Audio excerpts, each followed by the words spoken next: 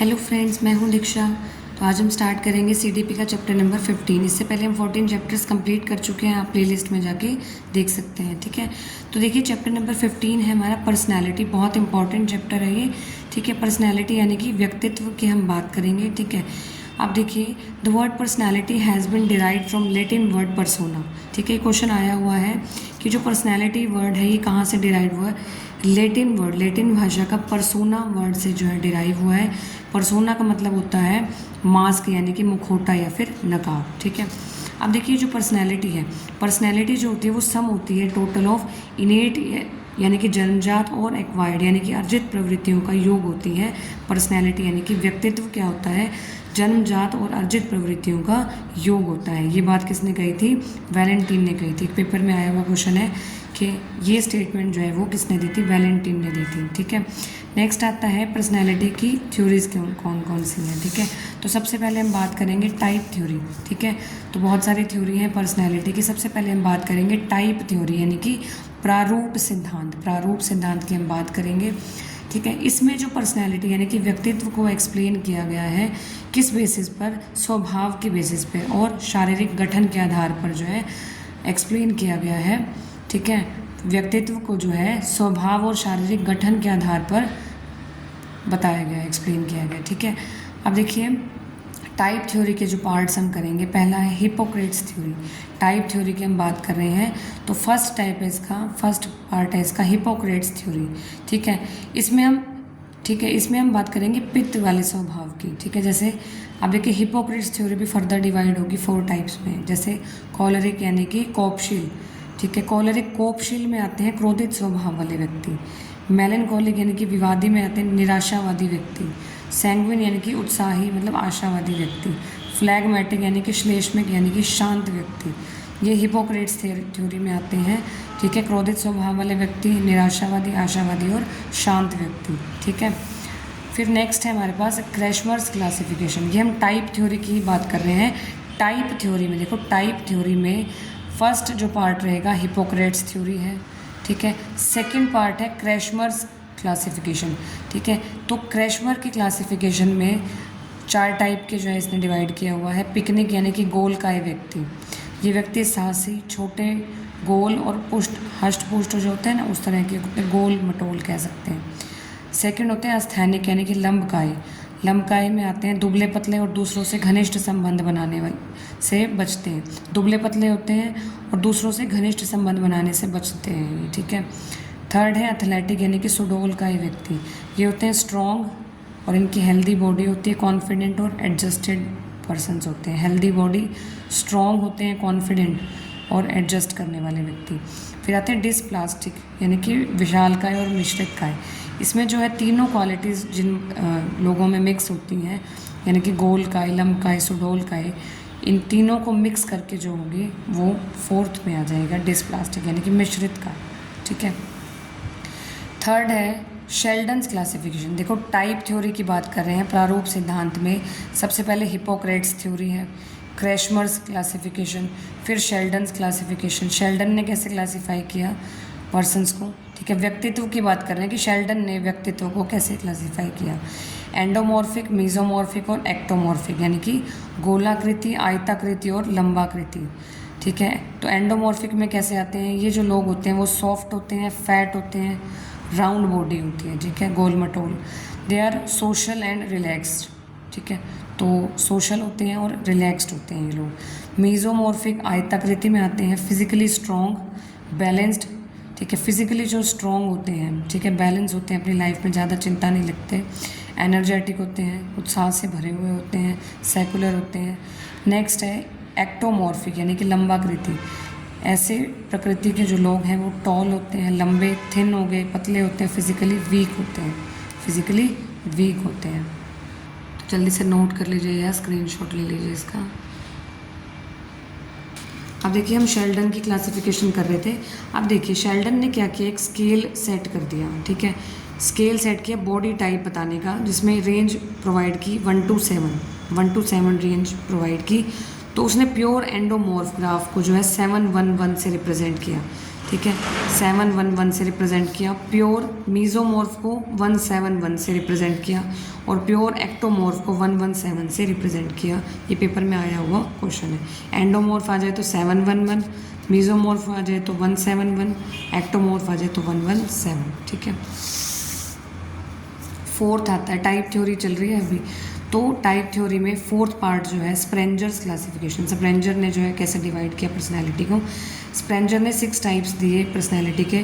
पहला theoretical personality यानी कि सैद्धांतिक व्यक्तित्व। ठीक है, इसमें सिद्धांतवादी व्यक्ति आएंगे, जैसे फिलोसोफर हो गया, राइटर हो गया, साइंटिस्ट, वैज्ञानिक, जर्नलिस्ट आ गए। ठीक है, सेकंड है इकोनॉमिकल पर्सनैलिटी यानी कि आर्थिक व्यक्तित्व। आर्थिक व्यक्तित्व में जो देखिए इकोनॉमी से रिलेटेड होंगे, जैसे बिजनेसमैन, शॉपकीपर, इंडस्ट्रियलिस्ट।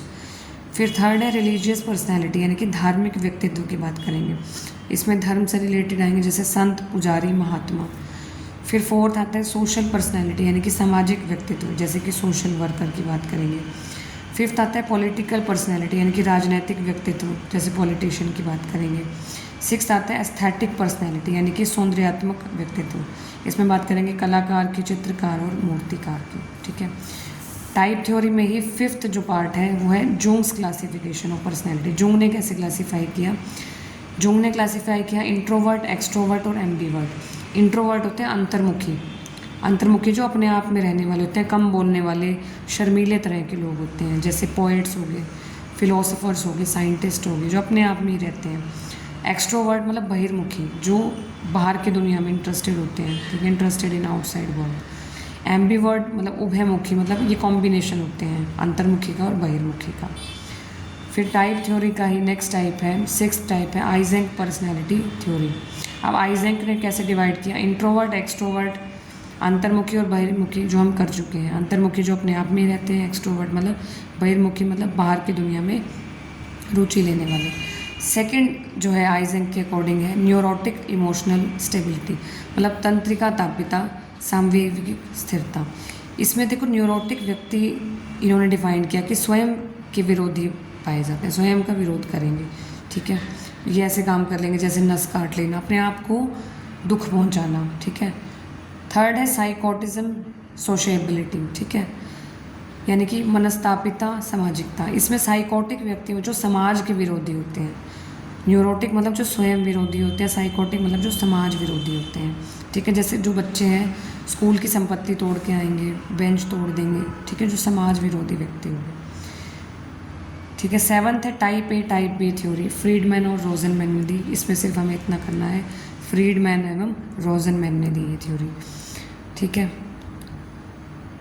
एट्थ है मॉर्गन एंड गिलीलैंड थ्योरी। इसने जो है 3 टाइप से डिवाइड की, मॉर्गन और गिलीलैंड ने। मैन ऑफ फीलिंग, एक्शन और थॉट्स। मैन ऑफ फीलिंग इन्होंने भावुक व्यक्तित्व की बात की, कार्यशील व्यक्तित्व की बात की और विचारशील व्यक्तित्व की बात की। तो आप स्क्रीनशॉट ले सकते हैं या आप नोट कर सकते हैं।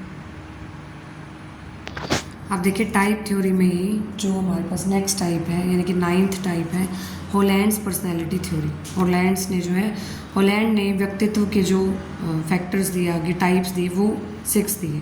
ठीक है, पहला है रियलिस्टिक यानी कि यथार्थवादी, इन्वेस्टिगेटिव यानी कि बौद्धिक, आर्टिस्टिक मतलब कलात्मक, सोशल सामाजिक, एंटरप्राइजिंग यानी कि व्यवहारिक, कन्वेंशनल मतलब परंपरागत। अब इस पे क्वेश्चन कैसे आया हुआ है कि कौन सा जो है हॉलैंड पर्सनैलिटी थ्योरी से रिलेटेड नहीं है। तो 4 टाइप में से 3 तो इसमें से इंक्लूड देगा, एक जो है वो बाहर का होगा, तो वो जो आंसर हो जाएगा। अब टाइप थ्योरी यहाँ होती है हमारी ख़त्म। ठीक है, टाइप थ्योरी ख़त्म हो गई। नेक्स्ट है ट्रेड थ्योरी यानी कि विशेषक सिद्धांत करेंगे, विशेषक सिद्धांत। ट्रेड थ्योरी शुरू हो गई अब हमारी। ठीक है, अब ट्रेड थ्योरी में जो पहला टाइप है, पहला जो इसका रहेगा आलपोर्ट्स ट्रेड थ्योरी। ठीक है, आलपोर्ट की ट्रेड थ्योरी यानी कि देखिए आलपोर्ट ने जो विशेषक सिद्धांत दिया, उसने कहा कि जो विशेषक होते हैं, ठीक है, उनका नेचर कैसा होता है? डायनेमिक नेचर होता है, गत्यात्मक होता है, स्थिर नहीं होता, गत्यात्मक होता है। ठीक है, अब जो प्रतिपादक रहेंगे आलपोर्ट ट्रेड थ्योरी के, वो आलपोर्ट रहेंगे। और 3 कैटेगरी में इन्होंने डिवाइड किया पर्सनैलिटी को। कार्डिनल ट्रेट यानी कि मुख्य विशेषक, सेंट्रल ट्रेट यानी कि केंद्रीय विशेषक, और सेकेंडरी ट्रेट यानी कि गौण विशेषक। कार्डिनल ट्रेट यानी कि मुख्य विशेषक वो होते हैं, देखो ये सामान्यकृत प्रवृत्तियाँ होती हैं। कार्डिनल ट्रेट मतलब ये ऐसी चीज़ों को दिखाते हैं जिनके इर्द गिर्द हमारा पूरा जीवन व्यतीत होता है। These indicate the goal around which a person's entire life seems to evolve. जैसे कि महात्मा गांधी की अहिंसा और हिटलर का नाजीवाद। ठीक है, बचपन से हम पढ़ रहे हैं ना, तो ये ऐसी प्रवृत्तियाँ दिखाता है जिनके इर्द गिर्द हमारा पूरा बचपन जो है, पूरा जीवन जो है व्यतीत होता है। तो हम पूरा जीवन जो है महात्मा गांधी की भी बात करेंगे, हिटलर के नाजीवाद के बारे में पढ़ेंगे। सेंट्रल ट्रेड यानी कि केंद्रीय विशेषक की बात होगी। ठीक है, ये ऐसे विशेषक होते हैं जिनके आधार पर हम व्यक्ति के व्यक्तित्व की जो है डिस्क्राइब करेंगे। जैसे हम कई बार बात कर देते हैं वो इंसान क्या है, उसका नेचर बहुत अच्छा है, वो बहुत ही मेहनती है, वो बहुत सिंसियर है, डिलीजेंट है, तो हम वो बात करेंगे। ठीक है, तो जैसे कि मेहनती है, निष्कपट, तो ऐसे विशेषकों की बात करेंगे जिनके आधार पर उनकी पर्सनैलिटी को हम डिस्क्राइब कर सकते हैं। ठीक है, फिर आते हैं सेकेंडरी ट्रेड्स यानी कि गौण विशेषक। ये छुपे हुए गुण होते हैं जो कभी कभी सामने आते हैं। जैसे बात करेंगे कि मुझे मैंगो पसंद है, तो ऐसे विशेषकों की बात जो कभी कभी देखने में आएंगे, आई लाइक मैंगोज जैसे एग्जांपल में। ठीक है, अब ट्रेड थ्योरी में ही पहला जो हमने पढ़ा आलपोर्ट ट्रेड थ्योरी, सेकंड है कैटल्स पर्सनैलिटी थ्योरी, कैटल की, पहला आलपोर्ट की, दूसरी कैटल की। तो दिया किसने, ये प्रतिपादक कौन है, कैटल। इन्होंने दो टाइप के विशेषक की बात की, सोर्स ट्रेड और सरफेस ट्रेड। सोर्स ट्रेड होते हैं मूल विशेषक, ये होते हैं 16, ये स्थिर होते हैं, स्टेबल होते हैं, ये डायनेमिक नहीं होते। ठीक है, ये स्थिर होते हैं सोर्स ट्रेड जो, और दीज आर कंसीडर्ड है, और बिल्डिंग ब्लॉक्स होते हैं पर्सनैलिटी के। ठीक है, बिल्डिंग ब्लॉक्स होते हैं। ठीक है, फिर आते हैं सरफेस ट्रेड्स यानी कि सतही विशेषक। ये क्वेश्चन आ जाता है सोर्स ट्रेड में कि कितने होते हैं, 16 होते हैं, याद रखने हैं 16। सरफेस ट्रेड मतलब सतही विशेषक, और सतही विशेषक जो होते हैं ये रिजल्ट होते हैं इंटरेक्शन ऑफ सोर्स स्टेट। जो सोर्स स्टेट्स आपस में इंटरेक्शन करेंगे उनका रिजल्ट होता है सरफेस ट्रेड। ठीक है, अब देखिए ट्रेड थ्योरी में ही जो थर्ड इसका टाइप है, ठीक है, वो है 5 फैक्टर मॉडल। पहला क्या किया था हमने, आलपोर्ट का ट्रेड थ्योरी, दूसरा कैटल का, तीसरा है 5 फैक्टर मॉडल ऑफ पर्सनैलिटी। ये किसने दिया, पॉल कोस्टा और रॉबर्ट मैक्रे ने दिया। 5 कारक बताए इन्होंने पर्सनैलिटी के, कौन कौन से, ओपननेस टू एक्सपीरियंस यानी कि अनुभवों के लिए खुलापन। ठीक है, एक्सट्रोवर्जन यानी कि बहिर्मुखता। ठीक है, देखिए पहला जो टाइप है अनुभवों के लिए खुलापन, इसमें ऐसे व्यक्तित्व, देखिए इसमें बात की जाएगी कि लोग जो है खुले विचारों के होंगे। ठीक है, दूसरा है एक्सट्रोवर्जन यानी कि बहिर्मुखता, बहिर्मुख होंगे लोग, सोशली एक्टिव होंगे, ज़्यादा बोलने वाले होंगे, फन लविंग होंगे। तीसरा है एग्रीएबलनेस यानी कि सहमतता, तो इसमें जो लोग हैं कोऑपरेट करेंगे, फ्रेंडली होंगे, केयरिंग होंगे। फोर्थ है न्यूरोटिसिज्म यानी कि तंत्रिका ताप, ये परेशान रहने वाले व्यक्ति होंगे, भयभीत, चिड़चिड़े और तनावग्रस्त। फिफ्थ है कंसाइटियसनेस यानी कि अंतर्विवेकशीलता, ये हार्ड वर्किंग होंगे, रिस्पॉन्सिबल होंगे और सेल्फ कंट्रोल वाले लोग होंगे। ये आप स्क्रीनशॉट ले सकते हैं। फिर आता है साइको एनालिटिक अप्रोच। फिर क्या आता है हमारे पास, तो देखिए हम टाइप थ्योरी कर चुके हैं, ट्रेड थ्योरी कर चुके हैं, अब स्टार्ट होता है इसमें नया topic psycho analytic approach. Psycho analytical approach यानी कि मनोविश्लेषणात्मक सिद्धांत। इसके प्रतिपादक हैं सिगमंड फ्राइड। सिगमंड फ्राइड ने दिया, बहुत इंपॉर्टेंट है। सिगमंड फ्राइड बात करते हैं फ्री एसोसिएशन यानी कि मुक्त साहचर्य की, ड्रीम एनालिसिस जो बच्चे दिवस अपन देखते हैं, और analysis of errors to understand the internal functioning of the mind. तो देखिए अब सिगमंड फ्राइड ने जो है, अब बात करेंगे इस टोटल में, बात करेंगे इस पूरे में सिगमंड फ्राइड ने क्या क्या दिया, क्या थ्योरीज दी। तो सिगमंड फ्राइड ने सबसे पहले बात की लेवल ऑफ कॉन्शियसनेस यानी कि चेतना के स्तरों की बात की। तो लेवल ऑफ कॉन्शियस में 3 लेवल की बात की। कॉन्शियस लेवल यानी कि चेतन स्तर, ये ब्रेन का जो है 1/10वां हिस्सा है। तो कॉन्शियस लेवल में इसमें हमें बिना प्रयास किए कोई बात याद आ जाती है। प्री कॉन्शियस लेवल यानी कि अर्धचेतन स्तर में इसमें कोई भी बात तभी याद आती है जब हम सावधानीपूर्वक याद करने की कोशिश करते हैं। फिर अनकॉन्शियस लेवल यानी कि अचेतन स्तर, ये 9/10वां भाग होता है ब्रेन का। इसमें वो मानसिक क्रियाएं आती हैं जिनके प्रति लोग जागरूक होते हैं अनकॉन्शियस लेवल में। ठीक है, तो पहले में जो है बिना प्रयास किए याद आ गया, दूसरे में हमें याद करना पड़ा, और अनकॉन्शियस में तो वो क्रियाएं आती हैं जिनके प्रति लोग जागरूक ही नहीं होते। ठीक है, अब सिगमंड फ्राइड में सबसे पहले हमने किया level of consciousness. Sigmund Freud का ही कर रहे हैं structure of personality. Sigmund Freud ने दिया कि व्यक्तित्व की संरचना कैसी होती है। तो 3 प्राइमरी एलिमेंट्स हैं इसमें, इद, ईगो और सुपर ईगो, बहुत बहुत इंपॉर्टेंट है ये। इदम में बात करेंगे प्रिमिटिव नीड्स की, ठीक है। तो शुरू शारीरिक आवश्यकताओं की बात करेंगे, सेक्सुअल डिज़ायर्स की बात करेंगे, कामुक प्रवृत्तियों की बात करेंगे और अग्रेसिव इम्पल्सेस की बात करेंगे, ठीक है। तो ये प्लेजर प्रिंसिपल पे काम करता है, ठीक है, प्लेजर प्रिंसिपल पे काम करता है इद। फिर आता है ईगो यानी कि अहम, ये जो है बैलेंस बनाता है इदम और पराहम में। Ego has ability to maintain proper balance between id and super ego, ठीक है। सुपर ईगो होता है पराहम यानी कि आदर्शवादी सिद्धांत पर कार्य करता है, आदर्शवादी सिद्धांत पर, ठीक है। सिगमंड फ्राइड का पहला हो गया लेवल ऑफ कॉन्शियसनेस, सेकंड हो गया स्ट्रक्चर ऑफ पर्सनैलिटी। अब सिगमंड फ्राइड का जो थर्ड पार्ट है वो है ईगो डिफेंस मैकेनिज्म, बहुत बहुत इंपॉर्टेंट है सिगमंड फ्राइड का टॉपिक, ठीक है। ईगो डिफेंस मैकेनिज्म में आता है अहम रक्षा युक्तियाँ, ठीक है।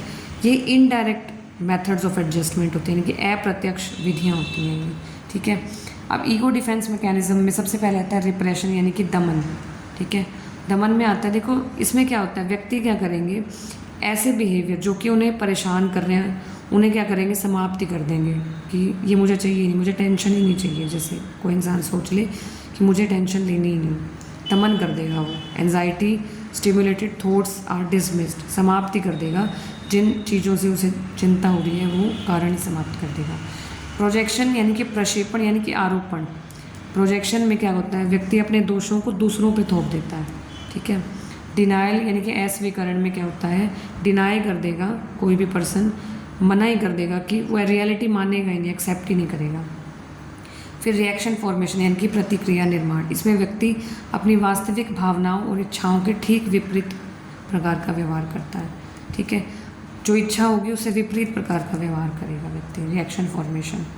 फिफ्थ है रैशनलाइजेशन यानी कि युक्तिकरण, इसमें व्यक्ति क्या करेगा, अपनी तर्कहीन भावनाओं और व्यवहारों को तर्क युक्त बनाने का प्रयास करता है। युक्तिकरण, युक्ति निकाल लेता है कि तर्कहीन भावनाओं को भी तर्क युक्त बना लेता है व्यक्ति, ठीक है। आप स्क्रीनशॉट ले सकते हैं या आप नोट कर सकते हैं। फिर आता है सिगमंड फ्राइड का fourth type, stage of personality development. फिर सिगमंड फ्राइड ने जो है स्टेजेस बताई पर्सनैलिटी डेवलपमेंट की, बहुत बहुत इंपॉर्टेंट है। मैं कह रही सिगमंड फ्राइड बहुत ज़्यादा इंपॉर्टेंट है। तो पर्सनैलिटी डेवलपमेंट की स्टेजेस हैं, पहली होती है ओरल स्टेज, फिर अनल, फिर फैलिक, फिर लेटेंसी और जेनिटल। ओरल स्टेज होती है मुखावस्था, ठीक है। तो जन्म से लेकर 2 वर्ष तक की स्टेज है, इसमें बच्चा क्या करेगा, फीडिंग करेगा, थंब सकिंग, अंगूठा चूसना, बाइटिंग, बैबलिंग करेगा।